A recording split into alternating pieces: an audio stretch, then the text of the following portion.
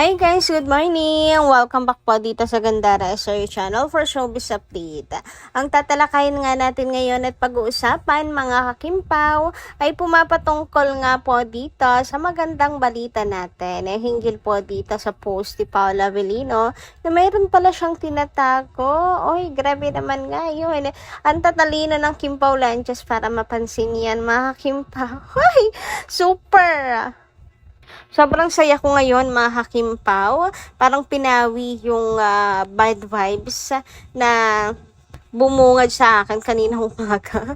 Kaya naman talakayin natin ito at pag-usapan para mawala din ang stress nyo mga hakimpaw. Ano? Pero syempre bago tayo magsimula, sa mga hindi pa po nakaka-subscribe sa ating channel, pakiclick lang po tayo ng ating subscribe button at notification bell na nariyan sa baba para maging updated po kayo at ma-notify tuwing may bago tayong chika at balita hinggil sa Kimpaw. Maraming salamat. And ngayon naman dumako po tayo sa pagbabasa ng komento ng ating subscribers at pag-usapan ng kanilang mga opinion tungkol po sa mga previous update natin. At bilang pasasalamat na rin sa walang sawang pagsuporta at pagtutok sa ating mga balita. So narito ang comment na napili natin this morning. Shoutout po kay Miss Walhati Tenedero. Sabi niya rito, Miss Gandara, mabait talaga ang Diyos. Hindi nila pinayagay na manganak siya sa pamamagitan ng preserved eggs. Paano po? Mahirap po kasi yung magiging ama ng bata. Mahirap kay Kim at sa bata dahil yung magiging ama hindi sila magkakilala. Ngayon, napatunayan ni Kim na may kakayahan pa rin siyang maging ina. Hindi lang isa, 2 o 3 pa ang kayang iluwal ni Kim dahil sa fertile siya. Parang pwede naman po ata yun na kung magpapapreserve ng eggs. Ganun din ang gawin ni Pao kasi si Pao naman wala naman pong ano yan. I mean, ang mga lalaki wala naman yung clock mga kakimpaw tulad ng babae, diba? So kahit nga matanda na sila. So siya mag-donor, diba mga kakipi? Walang problema doon. Pero as much as possible, ang mga fans, naiintindihan ko naman kung ano yung pinanggagalingan. And for sure si Kimi gusto rin naman, backup plan lang din talaga po yan mga kakimpaw. Dapat naman talaga po ay lagi tayo may plano sa future. Diba? Pinaghahandaan ng mga bagay-bagay. Pero sure, si Kim pangarap din po yan. Yung nais nyo pong sabihin. Pero ayun nga, kung kailan po siya ready and the same time kung kailan ibigay ni Lord. Ang active pa kasi ng career ngayon ni Kim. Ang dami pa nangyayari sa career niya ngayon. Parang hindi pa talaga oras para kay Kim, gano'n. So, antayin na lang po natin mga kakimpaw, di ba? Kapag nakapag-desisyon na si Kim Chiu, handang-handa na siya, mga kakimpaw. So, ngayon, respect muna her decision. Kung talagang mahal natin si Kim, may irerespeto po natin ang kanyang desisyon sa buhay. Samantala, sabi naman ni Miss Hiccup, magandang hapon Gandara, nasa taping lang ang ating Chinita at Paolo. Hala, kung buntis nga, ay nako, dapat happy. Pero hindi pa rin happy. Ingat ang lahat at malaki na ang tubig. Ingat Kim and Paolo. Kim Pao forever. Nako, tamang-tama tong comment yung Miss Hiccup kasi meron pong hindi maganda tayong na-receive na balita. Hinggal sa gusto pong papuntahan si Chinita Princess. Kaya ingat-ingat po si Kim at saka si Paula Avellino always. Ingatan nila ang sarili nila and i-double po ang security. Nako, kailangan po yan. Samantala, dumako naman po tayo ngayon dito sa blind item ni Zian Gasa, mga kakimpaw. So, nagpo-post po siya ng mga blind item, mga chika-chika, kung kilala nyo po siya. Parang lahat naman nakakakilala dito sa kanya kasi nga number 1 yan sa mga pinagmumulan talaga ng chismis, no? So, meron siyang blind item kamakailan tungkol nga po sa isang sikat na artista na buntis daw. Edad ni Alex Gonzaga na buntis din kahit walang asawa. May mga clue dito, virgin pa siya. So, ayan. Basta may mga blind item siya, hindi lang po ito. Meron pa siyang blind item na kinoconnect or inuugnay po kay Chinita Princess. Ito nga po, may isa pang nag-comment na si Kim Chiu din daw po ang tinutukoy sa blind item na to. Kamakailan, sunod-sunod yung mga blind item na tungkol sa buntis na parang napakalinaw nga po na si Kim Chiu yung kanilang tinutukoy sa mga clues. So, siyan, pang ilang post na ba niya to mga Kakimpaw? Grabe no, talagang ayaw pong tigilan si Kimi sa intriga po nito na buntis mga Kakimpaw. Parating may mga blind item na lumalabas na ganyan. Pero and ang alam ko nga po, pinabulaanan na po yan. Na fake news, ang balitang buntis si Kim. And itong si Sian, yung post niya, dinilit din po niya mga Kakimpaw. Baka hindi rin talaga siya sigurado na buntis nga si Kim Chiu. Nakikisakay na lamang din mga Kakimpaw. Ewan, o baka nag-a-assume tayo na si Kim lang yung tinutukoy dito. Pero dinilit daw. Ang dami nga pinag-uusapan ngayon ng mga Kimpaw Lunches ngayon naburado na. Parang may nanabun sa kanya, parang mayroon pong sumagot sa kanya mga Kakimpaw. Maigi na rin po yun para matigil na tong buntis issue na yan kay Chinita Princess. Anyway, dumako naman tayo ngayon dito sa ikinagagalit nga, or should I say, nasagad na ang pasensya ni Bianca kasi hindi naman daw siya pala sagot talaga mga Kakimpaw sa mga intriga, sa mga issues kasi alam niya kung paano nag-work sa social media, ganyan.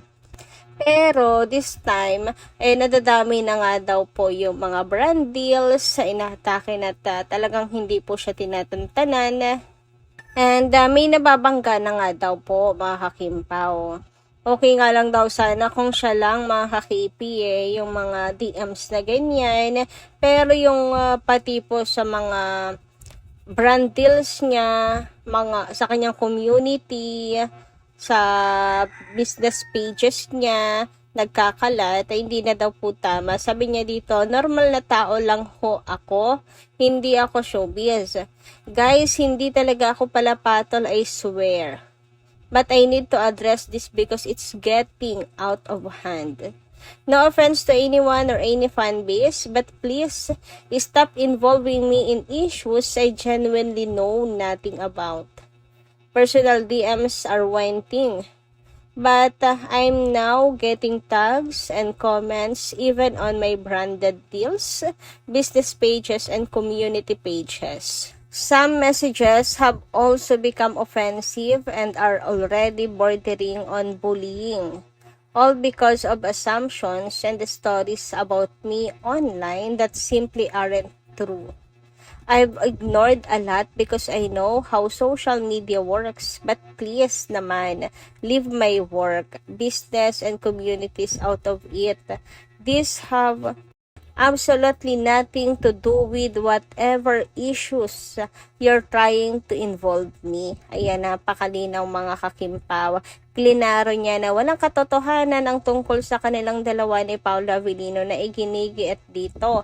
And itong nag-message na to mga Kakimpaw, yan din po yung nagbabanta sa buhay ni Kim na gusto pong papuntahan sa isang professional pa si Kim para ipatira lang at ipatumba. Grabe, diba? Sabi pa dito, guys, respectfully, please stop involving me in this. I've been receiving DMs, comments, and tags almost every day asking me questions about people and situations I have absolutely nothing to do with. Ayan ha, napakaklaro. Grabe tong girly Basco na yan, kung sino man to. Gusto pang hilahin sa putik ang Kimpaw fandom, ano? Isa naman pala siyang basher ni Chinita Princess. May pagbabanta pa sa buhay ni Kim. Tapos ngayon, magkukunwari pang KP fan para dungisan lang ang pangalan ng mga fans. Grabe ha, antindi mo. Sino ka man? Anyway, dumako naman tayo ngayon mga Kakimpaw sa good news natin ngayong umagang ito. Ayan, syempre, pampatanggal ng stress. So, eto na nga mga kakimpaw. Si Paula Avellino ay nag-post, alam niyo naman, di ba, sa kanya pong IG account ng mga pictures, random pictures, kuha sa Paris, and kuha po sa kanilang gala ni Kim, walking sa Australia. Kaya nga, buhay na naman ang dugo ng Kim Paulandias. Pero, mas lalo pong mabubuhay ang inyong dugo ngayon dahil dito sa background the music ni Paula Avellino. Ito kasi yan mga kakimpaw, ang nasa likod ng mga pictures ni Paula Avellino. Napakatalino talaga ng Kimpaw fandom, no? Ako'y namamanghat na amaze talaga. Sabi dito, in Janela's song, Ikigai, tama po ba ang word na yun? Featuring Looney. Ay, word yung pronunciation. Ikigai is used to describe a romantic partner who serves as the singer's ultimate purpose, reason for living, and source of peace. Bakit ito po ang ang kanya pong post, ang kanya pong music, mga kakipi? Talaga naman nga. Wala lang, kakakilig lang. Di ba yung mga post ni Paulo may kinalaman sa kanilang dalawa ni Kimi? So, ibig sabihin, gusto niyang iparating sa mga fans na si Kim ang kanyang ultimate purpose, reason for living, and source of peace. Nako, talaga naman mga kakimpaw. Si Paulo ay apaka-corny. Si Paulo ay talagang dinadaan tayo sa mga papaganyan.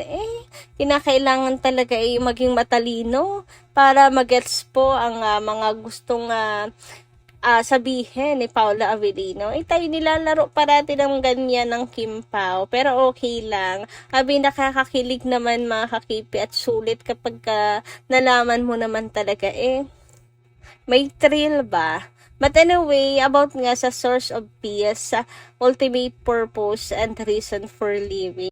Hindi naman nakapagtataka mga kakimpaw, 'di ba? Kasi ang tagal niya rin pinangarap si Kim Chiu. So sa ngayon, si Kim po sa gulo po ng mundo natin ngayon, si Kim ang kanyang pahinga, si Kim Chiu ang nagbibigay buhay at kulay ng kanyang buhay ngayon mga kakimpaw. Syempre, except kay Aki. Ang sabi naman dito ay patungkol naman sa partner. So, talaga yan sa partner. Given na sa Aki, pero partner ang sinasabi dito. So, ibig sabihin, nakakakuha po siya ng peace kapag kasama niya si Kim Chiu, na merong pong peace sa buhay niya, pagka magkasama silang dalawa, na happy, super happy lamang po siya at nagkakaroon siya ng reason para mabuhay. Apaka-OA naman talaga. Pero yes, yun yun yung explanations dito sa song. So, masarap i-assume mga kakimpaw, diba? And super nakakakilig. Matalino talaga tong si Paula Avellino. Pero, mas matalino ang mga Kimpaw fans. Kaya, bigyan mo lang yan ng kaunting clue. Agad na nakukuha agad ng mga fans. Kasi hindi po cheap ang KP fandom. So, kayo guys, anong inyong masisay tungkol po dito sa malalim at itinatagong mensahe ni Paula Avellino, mga kakimpaw? Comment nga lang po kayo dyan sa baba. Diba super nakakakilig? And talagang alam mong si Kim po ang laman ng puso niya. Na si Kim talaga, na kay Kim ang bagsak niya, na kasama na si Kim sa buhay niya. So, yun lang po muna ang ating update. Maraming salamat po sa inyong pakikinig. Kita kasi po muli sa mga susunod natin chika. Maraming salamat at ingat po palagi.